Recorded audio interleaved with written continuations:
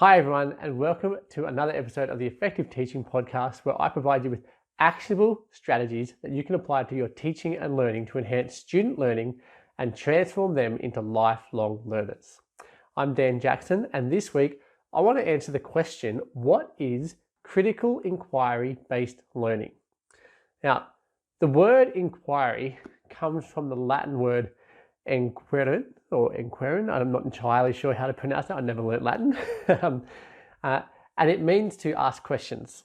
And so to inquire is to just ask questions. And when you're looking at inquiry-based learning, you're looking at learning that is based on questions. So in last week's episode number 36, I talked about how good questions start with how or why rather than what, when, or who.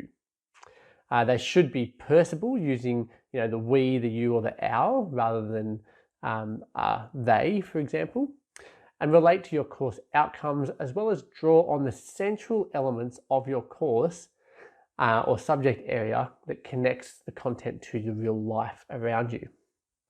So today, moving on from that, what I'm actually going to do is talk more practically about how you can really help your students to ask their own questions and foster their inquiry into learning in your classroom, or at the moment, if you're doing things remotely. One of the ways that you can do this is using wonder walls. The wonder walls tend to be really popular, particularly with primary schools, where they put up this little pin board on the wall or a section of their wall where students, when they wonder something or when they have a question about something in the world, they can write the question down, take it over, and they stick it up on this board. And then at some point, they're given time to actually look into answering their questions, or maybe someone else might answer their question for them and share that answer. And so you're looking at fostering the asking of questions, but then also making sure they get answers. There's also a system called Know, Wonder, and Learn. And so this might be when you're posing a topic to your students, you might ask them, what do they already know about this topic? And then you might write some of that stuff down in that column. And then the next column is wonder. What do they wonder about this topic? And so they start to write down their questions or things that they're interested in that relate to that topic. And then the last column is the learning. And that's where they record the answers that they find to their wonders. Or when they might correct the knowledge that they thought they had, which actually is slightly incorrect, or another perspective has enlightened a bit further. So that's the Know, Wonder, Learn system. Another system, which is very basic, is just ask the students, what do they know about the content? And then what do they need to know in order to answer a question that you ask them, or what do they need to know in order to produce a product or a project that they might be working on in relation to that question? And that's a particularly useful thing that's used. That's a great way to say things. That's a particularly useful way to phrase your questions when you're doing things like project-based learning, where the students have to create a project, but you want them to think about what they know already in relation to that, and then also what they need to know in order to be successful in achieving that. But you can apply that to any learning goals, where you go, what do they already know in relation to that goal? And then what do they need to know in order to achieve that goal? Now, the idea with these is that questions lead to more questions, which then, as they're being looked at and answered, lead to more questions and into more questions. And you actually get the students to be going down this rabbit hole of inquiry where they might find something out, but then finding that out actually makes them ask another question. And so that causes deeper learning in a subject. Now, beware, it can also cause tangential, tangential, is that a word? Learning in a subject as well. For an example here, a student might ask what happened to start World War II. And so they might then go and do some reading. They might read some old newspapers from London or something, or from Australia. They might read some articles and some history books that were written by the English or by Australians, if you're lucky. But then that might then make them ask, well, how did Germany actually think about how World War I started? What are their thoughts on it? And maybe they might even look into how America perceive it as starting, and particularly their role and when they joined World War II. Did World War II really start when America joined, or was it already a world war before that they joined in? And that then might even ask them to go even further and ask things like, how did Hitler get into power? Or maybe They might look at how the relationship between America and Japan got broke down. This could really lead to more questions and further learning, and the cycle just kind of repeats itself over and over. And so I want to note here, like I did earlier, that this is very important for you as the teacher to really help bring this inquiry back to what you're teaching and what the students are meant to be learning, the outcomes and the content that you're meant to be covering, to ensure that this isn't a complete tangent that ends up taking up all the time. You don't want it to take over completely, but you do want to kind of guide it and help the student to actually follow that process as much as they can, enabling their curiosity to lead their learning. I think that's a fantastic thing for our students to develop their inquiry skills. Now, I want to note that critical inquiry is not just to ask questions. So it can be a bit of that if you're really good at asking questions, but actually it's a bit more than that. So in order to be critical, the student needs to know how to do research properly. So they need to know how to use things like Google Scholar or advanced Google searches. They can't just go in, type in the words and see what comes up and look at the answer that's provided in the forum or what Wikipedia gives them. They need to know how to investigate, how to follow the references that are provided in research, and then go and follow that and find their references and follow those and actually get to the roots of where information is coming from. Maybe even finding out and learning how to set notifications so that when new things get released, they get an email that tells them, hey, there's new stuff on this topic that you're trying to find out about. They may also need to have some good interview skills so that they're actually knowing how to ask the right questions, not just closed questions, but open-ended questions that allow people to really flow on, and how to be flexible with your questioning so that what the person being interviewed provides in answer then leads to more questions in relation to that, and it's not just scripted the whole way through. You might also need to teach them how to find experts. So in order to be critical, you need to be able to find the people who are in the know. And so that could be just how to use social media to find people who are really influential in this space and their knowledge in this area. Or it might be how to contact professors at a university and actually get access to them through email, or how to go and find them on campus to also talk to them face to face. And they also need to learn how to be critical. So for critical inquiry, they need to have some kind of criteria or system that they're using to determine the quality of the evidence.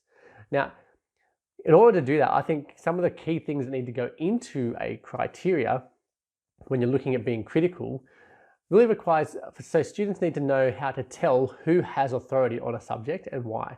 So if I'm looking at physics, if there's a professor in physics, he's fairly authoritarian. He has a lot of authority in that area, even compared to your normal teachers, unless of course you happen to be a professor and a teacher, in which case it might tick off a whole bunch of boxes for the student. But it's really important for them to understand the levels of authority and the levels of knowledge that different people will have in a specific subject area, and even to know that a professor in one area of physics may be completely clueless and not very authoritative in a different area of physics, because as you become a professor, you tend to refine your depth, your width of knowledge, and you tend to go for more depth in a specific field in there. It also requires for the student, when they're getting critical, to look at the person behind the information.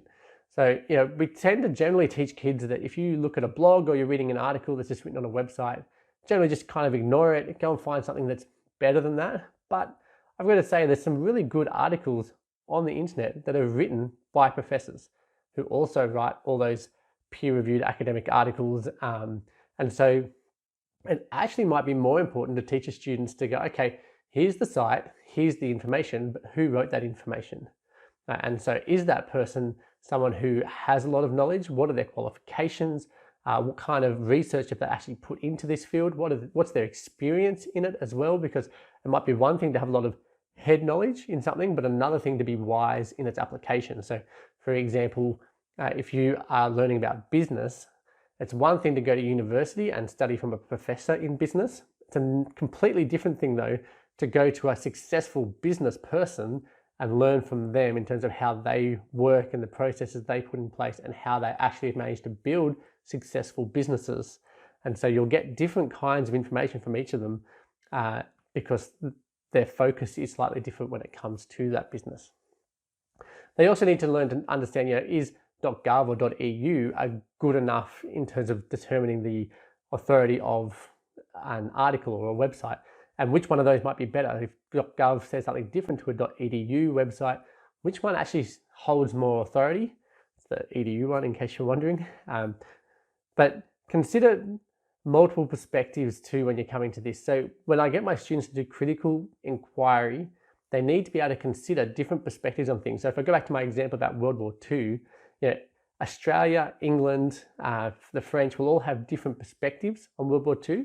They'll be quite similar, those ones, but if you then switch over to Germany, if you switch over to looking at how Japan and how America perceived all the events that were happening, you'll actually get multiple different perspectives here, which deepen your understanding and allow you to actually refine your criteria when you're trying to work out, well, what actually makes good information here. The other thing students need to be able to do is to identify underlying assumptions that other people might have. And so, it might be one thing to read a professor's work. It's a completely another thing, though, to interview them. So I've had the benefit of interviewing John Hattie, for example, in this podcast, in one of my early episodes. And when I interviewed him, it gave me a lot better insight into his knowledge and how he applies it than what I just got from reading his books. And I've read quite a few of his books, but I've also had conversations with people who have told me, that he's against flipped learning or he's against project-based learning because it's rated low on his effect size and stuff like that. But when you actually talk to him, he understands his research at such a greater depth than what he's provided in those books, so that he can actually tell you that project-based learning does work, flipped learning does work, but because of the way that the studies were done and what was included in that means that actually they've been reduced because teachers are ineffective in the way that they apply their flipped learning. And so maybe the definition that was used for those things was not a fine enough definition in terms of what we are thinking of when we look at those. So it's really important that we actually look at the underlying assumptions that we have or that other people might have as we're looking at information, and their biases as well. A lot of teachers might be biased, for example, they want project-based learning to have this really great impact. And for me, I think it does. And from my conversations with people who are into research around this, they say it does as well. So I think it does. But if you come to someone else, they might have a completely different bias and just go, no, it doesn't work, because what they've seen of project-based learning is not actually what I think project-based learning is, for example. So the next really comes to being critical with your inquiry for students. They need to be able to understand how contextual factors influence perspective and understandings of content. So understanding that things are socially constructed in terms of our understanding and knowledge about something and how we perceive it is really important, because that helps them to identify their own perceptions and their own biases as well, because of their life experiences, because of what's actually been going on for them, what they've seen, what they've heard, and the information that actually they've managed to access compared to what information is actually around there. And that then leads me into the last one, which is reflection. That reflection is the ability for them to think about themselves and how they bring their own biases into their own research.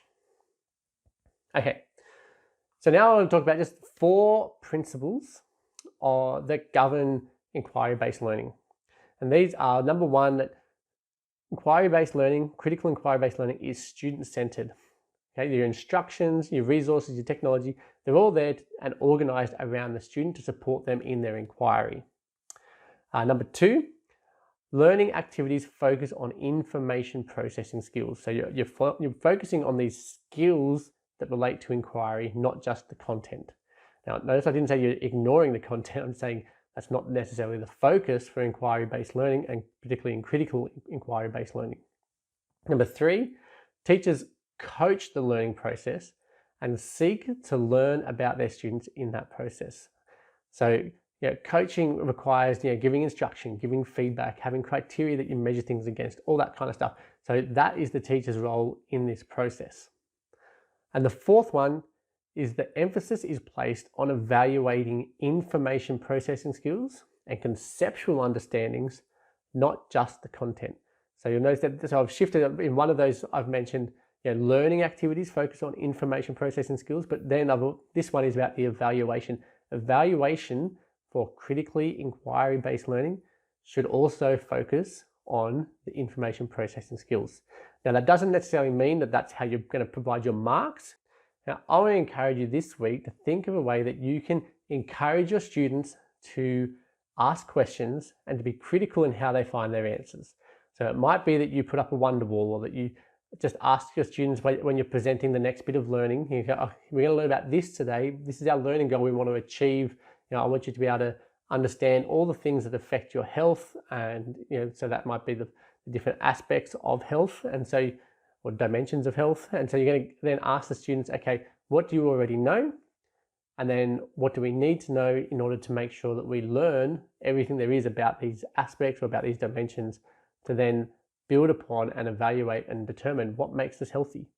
And that might be a really cool thing, particularly at the moment when you're looking at being isolated and that affecting your social health, and then the fact that we're kind of stuck in terms of people don't get to go out as much. So maybe our physical health is improving. We have more time. I see a lot more people now doing exercise, for example. And so you're asking students to then ask those questions themselves, and then giving them time to inquire into that, to find some answers, and to be critical about that and guide them in that process. And so you're focusing on helping them with that information processing skills and not just on the content.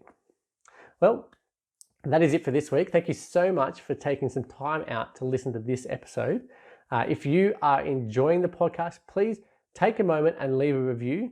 It will help others to find the podcast. It'll also help them to decide that they should listen to the podcast, because I know if I see a podcast and the rating on that podcast is 2 stars out of 5, I'm not likely to listen to it. But if there's lots of people who have reviewed it and said that it's actually good, then I'm more likely to listen to that podcast. So if you specifically like this episode, feel free to share it on social media or leave a comment at teacherspd.net/37.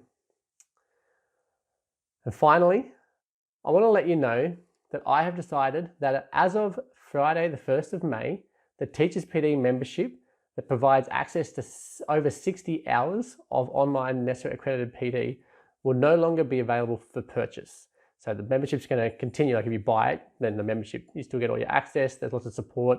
And I'm actually adding more to this membership than just the online courses. I'm adding monthly webinars to this. There's a private Facebook group that goes with it. There's the forums that are in there for support as well. But I want to do this really well. And so that, for me, I think it's just made me decide that I'm going to close down the selling of the membership, so that just kind of happens at the moment. It's going to close down on the 1st of May.